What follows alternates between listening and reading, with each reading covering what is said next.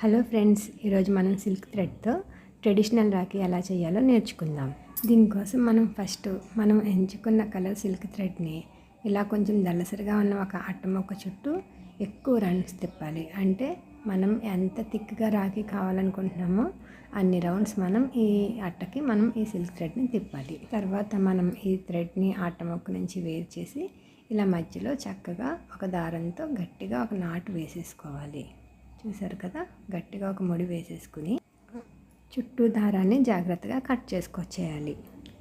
చుట్టూ ఉన్న దారాన్ని కట్ చేసేసుకున్న తర్వాత ఒకసారి నీట్గా ట్రిమ్ చేసుకుని నాట్కి రెండు వైపులా మిడిల్లో అటుపక్క ఇటుపక్క మిడిల్లో ఫింగర్స్తో గట్టిగా ప్రెస్ చేసి ఈ దారాలని ఇలా చక్కగా రౌండ్గా ఫ్లవర్లా వచ్చేలాగా సెట్ చేసుకోవాలి.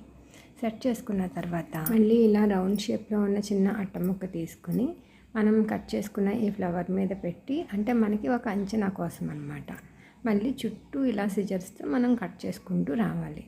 ఇదే చాలా ఇంపార్టెంట్ అండి ఈ రాఖీ మేకింగ్లో. మనం ఈ ట్రిమ్మింగ్ ఎంత నీట్గా చేస్తే మనకి రాఖీ ఫినిషింగ్ అనేది అంత బాగా వస్తుంది. సో ఫైనల్గా ఇది మన రాఖీ అనమాట. సో ఇప్పుడు మళ్ళీ నేను ఏం చేశానంటే ఒక గ్లిట్టర్ షీట్ తీసుకున్న పింక్ కలర్, అంటే మనం silk thread pink colour use చేసాం కదా, దానికి మ్యాచ్ అయ్యే విధంగా పింక్ కలర్ గ్లిట్టర్ పేపర్ తీసుకుని దాని మీద డెకరేట్ చేస్తున్నాను అనమాట. సో దీని మధ్యలో ఒక స్టోను, దాని చుట్టూ ఒక స్టోన్ లైను.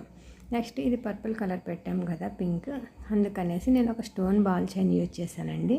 ఇవన్నీ మీ ఆప్షనల్, ఇక్కడ మీరు ఏ కుందన్స్ పెట్టుకున్నా సరే మీ ఇష్టం. ఎందుకంటే ఇప్పుడు రకరకాల కుందన్స్ వస్తున్నాయి కదా, ఫ్రేమ్ కుందన్స్, ఇంకా చాలా వెరైటీస్ వస్తున్నాయి.